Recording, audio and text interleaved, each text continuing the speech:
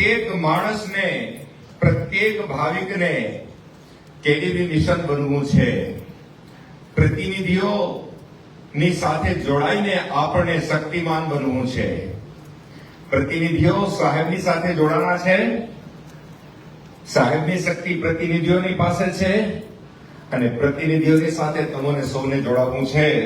આ એક વ્યવસ્થા છે અને આ વાતનો આપણે ગૌરવ હોવો જોઈએ અને આપણે પોતાના વ્યક્તિગત સ્વાર્થથી કે વ્યક્તિગત ઓળખાણથી ઉપર ઉઠી અને કેડીવી મિશનનું અંગ બનવું છે. સાહેબ બંદગી.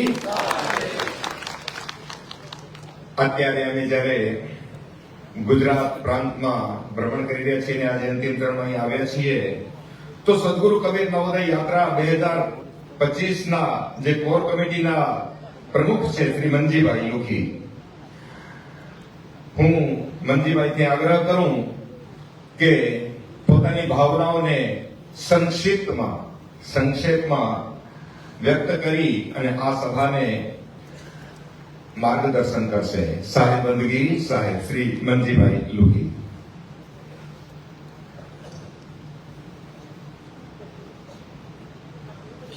સાહેબ બંદગી સાહેબ આપણા ગુજરાતના આંગણે આપણા માલિક 42 ડેઝ એટલે 42 દિવસ આટલી બધી તાપમાન 42-45 ડિગ્રી તાપમાનમાં નહીં રાત્રિ નહીં દિવસ એ જોયા વિના 42 દિવસ ઘરે ઘરે ગલીએ ગલીએ શહેરમાં બધે જ આપણા માટે એ ફર્યા.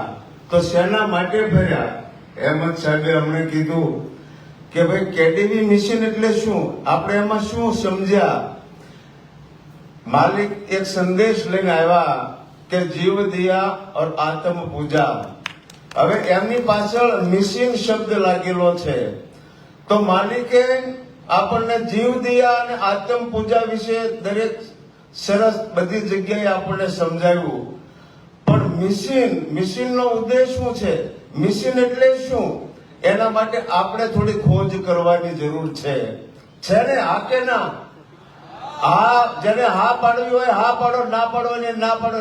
થોડો જુસ્સો હોવો જોઈએ કે આપણા માટે આપણા માલિકે આટલા તાપમાં જો 42 દિવસ રાત દિવસ જોયા વિના એટલો જો આપણા માટે શ્રમ કર્યો હોય તો આજે આજે ફાઇનલ છે. આજે આ ફાઇનલ રમવા માટે બેઠા છીએ.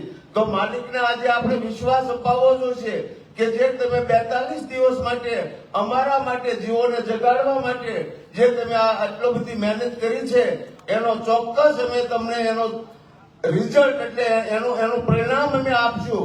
એમ પરિણામ આપવાની આપણી તૈયારી છે કે નહીં? હા કે ના? છે ને? તો જુસ્સો હોવો જોઈએ. હમણાં અહેમદભાઈએ કીધું ખરેખર ગુજરાતમાં કોઈને જુસ્સો નથી, તો એમને એકવાર ધ્યાન દેવડાવી દો કે અમને જુસ્સો છે અમારા માલિક માટે. અમે કટિબદ્ધ છીએ. જ્યારે કોઈ પણ કામ સોંપવામાં આવશે એટલે એની ટાઈમ અમે કામ કરવા માટે તત્પર છીએ ને? હજી જોરથી એકવાર આખા અમદાવાદમાં ખબર પડવી જોઈએ આપણે હાજર છીએ ને? વાહ વાહ, સરસ. આ અમારું સૈન્ય બળ છે. જ્યાં માલિકની હાજરીમાં હું આપને સબને કહેવા માંગુ છું કે આ અમારું જે સૈનિક છે, સૈન્ય બળ છે, એ આપણે 42 ડેઝ જે તમે પરિશ્રમ કર્યો છે, ગુજરાતમાં ગલી ગલીમાં ગયા છો, રાત દિવસ એક કરી છે તમે, નહીં ટાઈમે ખાવાનું નહીં સુવાનું, આવું અમારા માટે જે તમે પ્રયાસ કર્યો છે એ ચોક્કસ હું તમને વિશ્વાસ અપાવું છું કે અમારા ગુજરાતના દરેક સોલ્જરો ઘરે ઘરે જઈ અને કેડીવી મિશનનો એક ઝંડો લહેરાવશું ને? તો સાંભળો, હવે આપણે કામ એ કરવાનું છે. આ 42 દિવસની જે આપણે ઇનિંગ ખેલી છે એનું રિઝલ્ટ આપણે આપવાનું છે. કઈ રીતે આપવાનું છે કે પહેલા તો આપણે આખું સંગઠન તૈયાર થઈ ગયું છે કે આપણે રાજ્ય લેવલના પ્રતિનિધિ બનાવ્યા છે. રાજ્ય લેવલના પ્રતિનિધિ પછી જિલ્લા લેવલના પ્રતિનિધિ બનાવ્યા છે. દરેકના નામ આપણી પાસે છે અને દરેક અહીંયા હાજર પણ છે. પછી તાલુકાના પણ પ્રતિનિધિ આપણે બનાવ્યા છે અને લાસ્ટમાં ગામના પણ પ્રતિનિધિઓ બનાવ્યા છે ને? તો કહેવાનું એમ છે કે સમજી લો કે આજે કાલે માલિક અહીંથી વિદાય લે એટલે વળી પાછું આપણે આ 6 વર્ષથી સૂતા હતા એમ હવે સુવાનું છે કે જાગી જવાનું છે? આનો જવાબ આપવાનો છે. તો કહેવાની વાત એમ છે કે કાલેથી આપણે કામે લાગવું પડશે. માલિક જીવ દિયા ઓર આત્મ પૂજા અભિયાન લઈને આવ્યા છે. અભિયાનનો મિનિંગ શું થાય એ આપણે સમજવાનો છે. અભિયાન કોને કહેવાય? અભિયાન એટલે શું? જીવ દિયા અને આત્મ પૂજા એ તો માલિક આપણો સમજી લો મુક્તિના દાતા છે. એ તો આપણને મુક્ત કરાવવા માટે આવ્યા છે. પણ એ શેના માટે? અભિયાન શું છે એની આપણને જાણકારી હોવી જોઈએ. આજ દિવસ સુધી કોઈએ આપણે સમજી લો કેટીવી મિશનના જે પદાધિકારીઓ હતા એમને કોઈ આપણે પૂછ્યું છે આજ સુધીમાં કે તમે આ અભિયાન શેનું લઈને આવ્યા છો? ખાલી આપણે આપણા મતલબ માટે કે જીવ દિયા અને આત્મ પૂજા આપણે સતલોક જોતો છે, આપણે એના માટે મહેનત કરીએ છીએ ને. તો માલિક શેના માટે આવ્યા છે? એ હું કરવા માંગી રહ્યા છે? માલિકનો એક સંદેશ છે કે દરેક શહેરની અંદર, દરેક રાજ્યની અંદર સારી હોસ્પિટલ બને અને દુખિયારા જે ગરીબ વ્યક્તિ હોય એને મુફત એને સમજી લો સારવાર પ્રાપ્ત થાય. એ એમનો ઉદ્દેશ છે.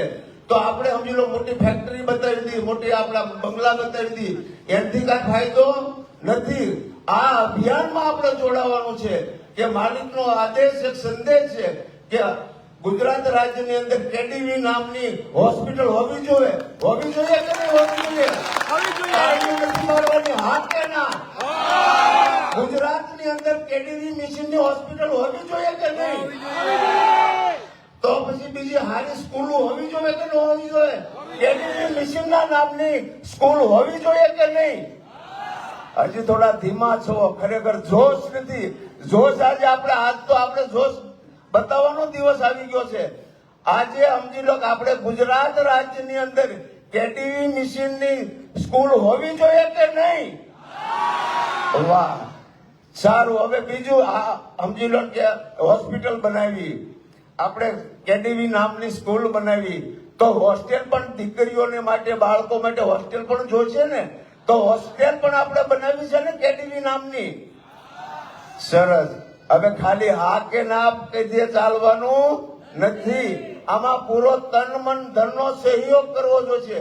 જ્યારે જ્યારે સમજી લો કે આપણે કેટીવી મિશનના અધ્યક્ષો જે છે, પ્રતિનિધિઓ છે, એ જો આપણને આદેશ કરે કે ગુજરાતમાં ક્યાં તમે હોસ્પિટલની જગ્યા ગોતી, આપણે તો શું જવાબ દઈશું? તો આપણે પણ ત્યાં કામે લાગવું જોઈએ કે ક્યાં એવી જગ્યા છે, કયા સેન્ટરમાં આપણે બધા પહોંચી વળીએ એમ છીએ. તો બધા આપણે બધાને સમજી લો કડી સાંકળ બનાવવાની છે. હું જે પ્રતિનિધિઓ છે એ પ્રતિનિધિઓની સાથે આપણા પરમ પૂજ્ય મહંત સાહેબોને સમજી લો જેટલા એમના અનુયાયી છે, ટૂંકમાં એના શિષ્યો છે, એમની દરેકની યાદી આપવી પડશે.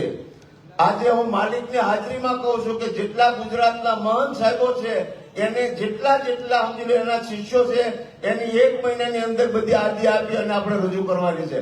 કરશો ને સાહેબો? હા કે ના? બધા જેટલા મહંત સાહેબ છે હું વાત કરે દરેકને દરેક સમજી લો આપણે કડી જોડવાની છે. કડી ક્યારે જોડે કે એકાબીજી સાથે આપણું સંકલન થાય અને બધા સમજી લો ગુજરાત રાજ્યના, આપણે ગુજરાત રાજ્યની અંદર કેટલા કબીર પંથી છે એ પણ આપણે સમજી લો એની યાદી પણ આપણી પાસે હોવી જોઈએ. બીજું કે જે માલિક સમજી લો કે કબીર પંથ, આપણે કબીર પંથ તો દરેક કહી રહ્યા છીએ. કબીર પંથ કોને કહેવાય? કે ખરસિયા છે, બીજા છે, ત્રીજા છે, રામપાલ વાળા બધા છે ને. તો કેડીવી નો મિનિંગ શું છે? કેડીવી એટલે શું? કે સદગુરુ કબીર, ધર્મદાસ, વંશાવલી એની સાથે આપણે લાગેલા છીએ. તો ખરેખર આપણા માટે જે કબીર પંથ છે એ મહત્વનો કેડીવી છે આજની તારીખમાં. આપ દરેકને ખ્યાલ આવે છે ને? જે આપણા સમજી લો જે ઉપર કમિટીના જે મેમ્બરો છે, જે પ્રતિનિધિઓ છે, એ હિન્દીમાં વાત કરે. આપણે થોડા અનપઢ છીએ એટલે થોડું ઓછું સમજાય. એટલે માલિક જેટલું સમજી શકે એટલું. પણ તમે બધા હું જે વાત કરું એ તમે ચોક્કસ ગુજરાતીમાં સમજી શકો છો. સમજી શકો છો ને? હે?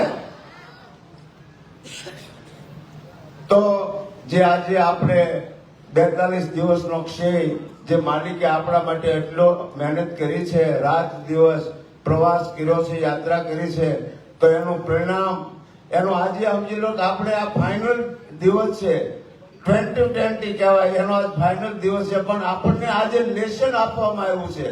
શું આપ્યું છે? લેસન આપ્યું છે. ને એનું આપણે પેપર સમજી લો કે પાસ થવા માટે પેપરની તૈયારી હવે કરવાની છે. આપણે કયા પેપરની?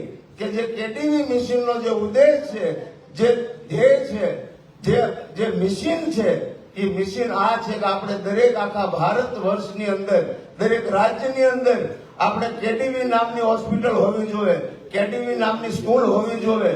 તો આપણે આખા દેશમાં ગુજરાત નંબર છે, નંબર 1 છે. દરેક જગ્યાએ ગુજરાત મોડલ બોલાય છે. તો આપણે પણ કેડીવી મોડલ બનાવવું છે કે નહીં? તો ખાલી હા કે ના નહીં, પણ કાલથી કામે લાગવું જોશે. મને સંક્ષેપમાં વાત કરવાની કીધી છે, કારણ કે આપણે દરેકને માલિકને સાંભળવા છે, એની માટે દરેક ઇંતજાર કરી રહ્યા છે. તો આ વાત આપણે દરેકને ખાસ હૃદયની અંદર આમ કંડારી દેવાની છે કે હું કેડીવી નો એક સોલ્જર છું, એનો એક કાર્યકર્તા છું, હું એનો ફોલોઅર છું.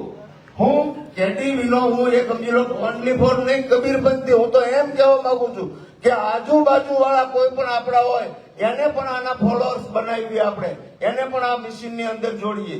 તો આ પણ આપણી તૈયારી હોવી જોઈએ. પણ પહેલા જે આપણા પંચ અનુયાયીના જે સમજી લો કે ગુજરાત રાજ્યની અંદર જેટલી મુંડકી છે, એની દરેક મારી પહેલી નમ્ર વિનંતી છે અમારા પરમ પૂજ્ય મહંત સાહેબોને કે 1 મહિનાની અંદર અહીંયા મહંત સાહેબ ગેરહાજર હોય તો જેના જાણતા હોય એને હાજરી એમને યાદ અપાવજો કે આવો સમજી લો કે આપણે દરેક આપણા જેટલા અનુયાયીઓ છે એનું દરેકનું લિસ્ટ આપણે માલિકને મોકલવાનું છે. એટલે ખાસ કરી બસ એટલી જ મારી વાત કરી, મારી વાતને વિરામ આપું છું. આપ દરેકના પાવન ચરણ કમલોમાં મારા કોટી કોટી વાર સાહેબંદગી, સાહેબંદગી, સાહેબંદગી.